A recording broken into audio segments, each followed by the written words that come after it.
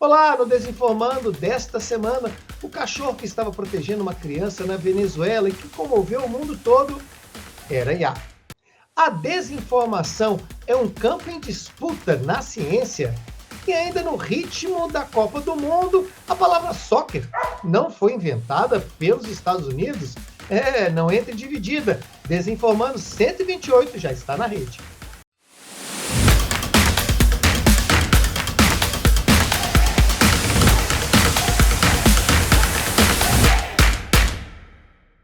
Olá, seja muito bem-vindo. Eu sou o professor Cláudio Magalhães, do meu lado, sempre muito bem informado, pesquisador, grande jornalista Diego de Deus, doutorando só pensando sobre como esse grande mal do século está atrapalhando a vida da gente, como é que a gente pode se precaver e também ajudar contra essa desgraça que acontece por todos os lados aí também. Aproveite que você está aí, dá aquela curtida, indique o nosso canal Democracia da Desinformação no YouTube, vai lá, escute, ou veja, porque escutar você pode ver lá no YouTube Musical também, no Spotify, pode ver todos os nossos episódios anteriores. Não são, gente, temporais. Dá para escutar, entender muito do que acontece da desinformação, escutando os nossos episódios anteriores. Bom, mas chega de enrolação, você já está convidado, indique para os amigos para a gente brigar com esse grande mal do século. Rapidamente, vamos para o nosso Ruim da Semana.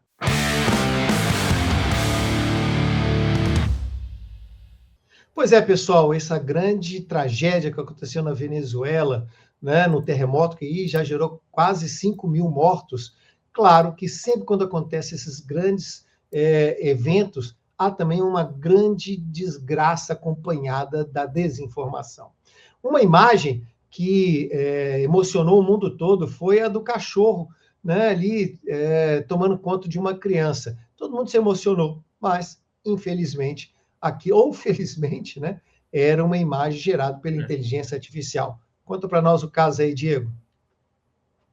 Pois é, professor, uma ótima semana para você e para todos que nos acompanham. Um caso ainda relacionado ao terremoto na Venezuela, que já aconteceu há quase 3 semanas, mas que ainda reverbera não somente no cenário latino-americano, mas também no mundo todo, né? Pensando aí em como que essas pessoas vão reconstruir as vidas, aquelas vidas que também foram perdidas a partir dessa tragédia. É evidente que essas informações continuam reverberando e, consequentemente, também gerando desinformação. E, nesse caso, mais uma desinformação gerada por inteligência artificial, mas nós também temos um lado positivo nessa história, que, por exemplo, a verificação que o Fato ou Fake, né, a editoria do G1 que a gente está trazendo aqui hoje, utilizou da própria IA para poder se certificar de que esse conteúdo é também um conteúdo utilizado, que foi produzido por inteligência artificial, né? Então é um bom exemplo para a gente parar para analisar como que a IA pode ser utilizada tanto para o bem quanto para o mal,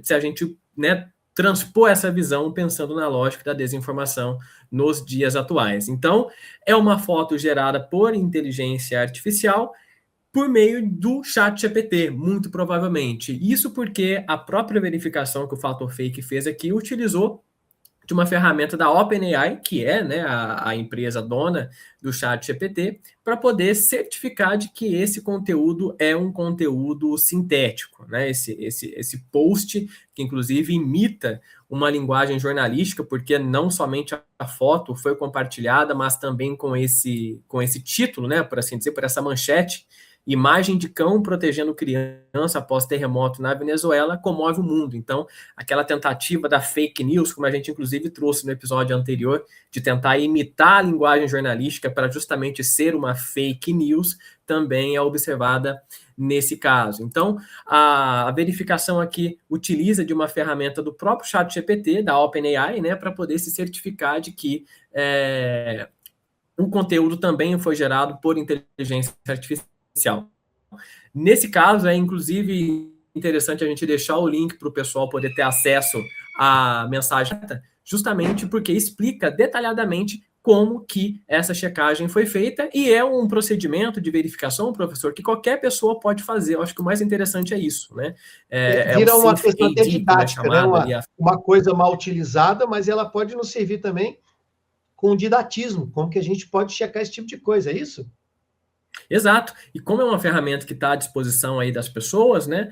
Qualquer pessoa consegue também fazer, digamos, essa verificação por conta própria quando se deparar com algum tipo de informação ali ou com algum tipo de imagem que pareça um pouco estranha e que coloque a dúvida, né? Se aquela imagem é realmente verdadeira ou se ela é um conteúdo sintético, um conteúdo gerado por meio de inteligência artificial. É isso, pessoal. Não modifica os sentimentos que a gente possa ter por essas pessoas, por esses momentos que aconteceram na Venezuela e em outras tragédias que acontecem no mundo também. A tristeza é um pouco que você tirou a força de fatos que são reais, porque na mesma semana que ocorreu isso, também circulou as imagens dos bombeiros brasileiros de Minas Gerais que socorreram e conseguiram resgatar um cachorrinho lá na Venezuela, depois de muito tempo lá parado também. E outras cenas reais também de resgate de pessoas, de crianças, né, que aconteceram de verdade. Então, realmente é muito importante que a gente consiga fazer a distinção do que é criado e do que não é criado, até mesmo para que a gente possa ter os seus sentimentos verdadeiros perante as coisas que acontecem, né?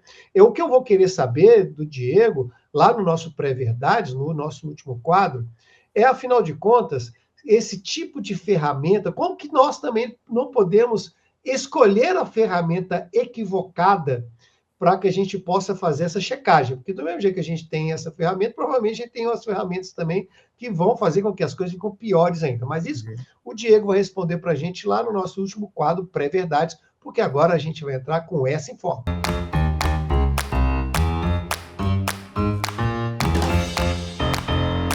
Olá, pessoal. Então, sabemos que esse quadro, essa informa, vai trazer a ciência para a gente discutir a desinformação.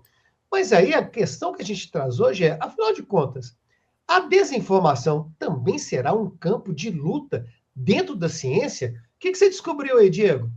Exato, professor. Um artigo feito pela Raquel Recoeiro, que é um grande nome aí dos estudos relacionados à desinformação no Brasil, um artigo publicado recentemente, inclusive, da Raquel Recoeiro com o Alfonso de Albuquerque. Estava me esquecendo aqui o primeiro nome, a gente sempre pega o sobrenome, né? Então, o artigo aqui da Recoeiro e do Albuquerque, no caso da Raquel Recoeiro e também do Alfonso Albuquerque, que vão analisar como que a desinformação tem se transformado numa espécie de disputa dentro da produção de conhecimento, especificamente aqui no Brasil. É uma revisão extremamente abrangente, que vai de 2005 até 2024, e aí os autores vão encontrar diferentes resultados, né? Eu separei aqui alguns tópicos que eu acho que são importantes para a gente poder elucidar algumas das questões que são apresentadas no artigo.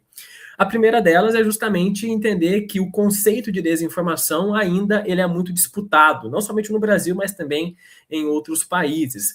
Desinformação será mesmo o melhor conceito para poder definir aquilo que a gente presencia? Por isso que já foi fake news, já foi pós-verdade, já foi desordem informacional, mas desinformação meio que acabou ocupando o espaço como o termo mais utilizado ou o termo favorito por parte daqueles que estudam, né, o conceito. Um outro aspecto que também é interessante da gente parar para analisar é quem que tem estudado desinformação aqui no Brasil. E aí os resultados dessa revisão mostram que é a interdisciplinaridade, por assim dizer, porque muitos estudos concentram justamente no campo da comunicação, pensando muito nessa relação da mídia, na crise do jornalismo, nessa relação que a desinformação tem, que não é somente técnica, mas também social. O pessoal da saúde, principalmente no período da pandemia da Covid, e também o pessoal do direito, principalmente quando a gente está falando sobre regulamentação, por exemplo, além da própria educação, se a gente parar para puxar ali as abordagens mais pedagógicas, pensando na educação midiática e formas de combater a desinformação. E um outro aspecto desse tripé que eu elegi para poder trazer aqui no episódio de hoje é o que os autores vão chamar de colonialidade epistêmica. O que isso significa? Epistêmico vem sempre da produção de conhecimento, né? Então, o que eles estão querendo dizer é que existe uma espécie de colonização da produção de conhecimento quando a gente está falando de desinformação especificamente no Brasil. Isso porque muitos dos estudos que são utilizados como referências globais para tratar do tema da desinformação são estudos do chamado norte global, né? Dos países desenvolvidos, dos Estados Unidos, países europeus e assim por diante. E a maioria dos estudos que são feitos sobre desinformação aqui no Brasil nada mais são do que a aplicação desses conceitos ou desses estudos que são produzidos no norte global. Então, meio que o Brasil apenas vira um estudo de caso para poder aplicar o conhecimento teórico que é desenvolvido nesses outros países, né? Então, o que acabaria configurando essa espécie de colonialidade epistêmica sobre a desinformação. Então, é um diagnóstico, por assim dizer, mas que nos traz várias reflexões para a gente poder entender onde que o Brasil se aloca dentro dessa produção de conhecimento quando nós estamos falando sobre desinformação. Cara, artigo bacana demais, hein? Olha, tá aqui no link para você acompanhar. E quero te fazer um desafio, Diego. Eu quero que você fez uma boa, um bom resumo sobre o artigo, né? Mas eu quero saber muito da sua opinião sobre qual foi a sua interpretação. Você que é hoje um dos maiores estudiosos e pesquisadores da desinformação no país. Eu quero a sua opinião, mas não hoje, tá? Eu quero o nosso próximo programa. Desafio aceito? Eu aceito. Opa, vamos voltar a falar sobre esse assunto, porque ele é muito importante, muito interessante também para a gente parar para pensar. Porque essa semana ainda tem Copa do Mundo. E nós não esquecemos disso no nosso Fake Old.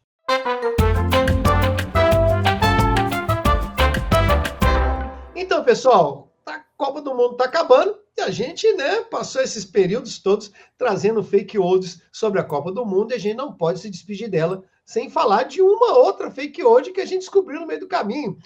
Sabe essa história? Porque o soccer é o jeito que o norte-americano, o estadunidense, fica falando do futebol, e o resto do mundo inteiro fala futebol, e a gente fica aí, culpabilizando o pessoal para eles serem ali muito diferentes, quererem meio que desprezar o futebol. Pois é, Diego, então quer dizer que o soccer não é uma palavra criada pelo estadunidense? Não é, professor, e é um artigo muito interessante aqui do G1, que foi publicado até 2 dias antes do início da Copa do Mundo, que esclarece muito bem isso, trazendo um dos grandes especialistas globais sobre o assunto, que é o professor Szymanski, Stefan Szymanski, que é britânico, né? Portanto, nasceu na Inglaterra, ali no berço do futebol, né? Onde o futebol, de fato, se originou. E ele tem vários livros, vários trabalhos que vão justamente tentar analisar essa origem etimológica da palavra soccer. De maneira bastante resumida, eu vou deixar o link também aqui para o pessoal poder acessar, porque é um artigo bastante extenso para poder explicar tudo certinho. Bom, o futebol que a gente conhece hoje, ele surge na Inglaterra, onde também já havia o rugby, e o futebol, como nós conhecemos, passou a ser chamado de Football Association, né, que era ali a associação que cuidava da regulamentação do futebol, assim como a gente tinha também a Rugby Association, que era o rugby, a associação do rugby. O futebol, inicialmente, ele passou a ser utilizado, passou a ser jogado, né, principalmente por circuitos universitários de elite, como era o caso das universidades de Oxford e também de Cambridge. E nesses lugares existia um hábito, por assim dizer, que era o de dar gírias a determinadas palavras, principalmente colocando ali o sufixo ER. Então, até o exemplo aqui que eles colocam na reportagem, ao invés de breakfast, né, o café da manhã era o breaker. O próprio rugby, para eles, era o rugger. Então, eles sempre faziam essa adaptação.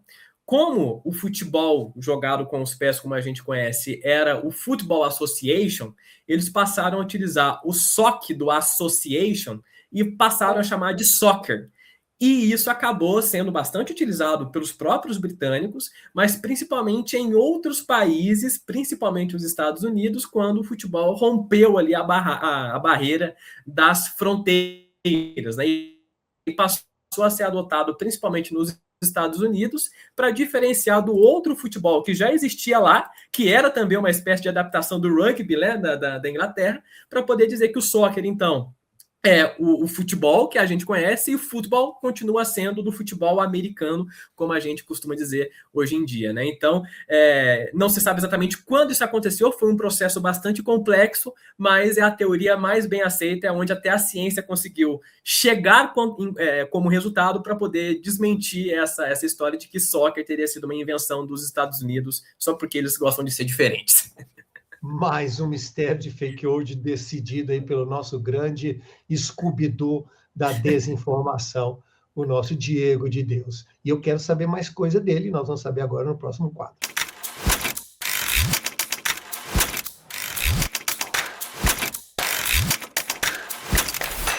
Então, Diego, nós falamos lá no primeiro quadro, no Ruim da Semana, que agora você tem um mecanismo de IA para descobrir fake news de IAs. Mas aí a pergunta é, como eu posso selecionar o melhor mecanismo que vai me ajudar e não perpetuar a desinformação feita por IA? Eu sou muito defensor da autonomia humana, né? Não somente nas ferramentas de IA, mas em qualquer outro tipo de ferramenta que nós utilizamos para nos informar, para poder conhecer determinados assuntos e assim por diante. Eu acho que uma grande maneira para a gente conseguir chegar a um melhor resultado é ir testando, assim como pesquisadores que nós também somos, é ir testando, né? E vendo até que ponto a gente consegue ter ali resultados satisfatórios, né? Resultados que entregam ali a informação mais transparente possível, até pensando nos princípios da integridade da informação lá da ONU, né? Transparência, precisão das informações e assim por diante, porque assim a gente consegue entender. Não à toa, né? Hoje em dia a gente tem várias ferramentas de inteligência artificial que passaram a ser focadas para imagem, como é o caso do Gemini, para análise de planilha, como é o caso do Claude. Né? Exatamente. Então, a gente consegue descobrir a partir de testes que a gente vai fazendo e a partir de próprios posicionamentos de especialistas na área, né? Então, uma dica, eu acho que é isso. Fazer os próprios testes, ver até que ponto que os resultados que nós conseguimos são aceitáveis ou não, e também sempre pesquisar um pouquinho por fora, né? Não é porque foi a primeira ferramenta de IA que caiu na minha frente que ela é a melhor. Não, vamos testar, vamos buscar por mais informação, porque assim a gente consegue chegar nos melhores resultados, não somente diante do nosso próprio consumo de informação, do próprio consumo do conhecimento que a gente vai adquirindo por meio dessas ferramentas, mas também para poder repassar esse tipo de conhecimento para as pessoas que estão ao nosso redor. É isso aí, feijão sem bicho é só aqui mesmo no Desinformando. E a gente volta semana que vem com mais muita informação para que você possa batalhar contra a desinformação. Um abraço, pessoal. É isso, pessoal, até a próxima.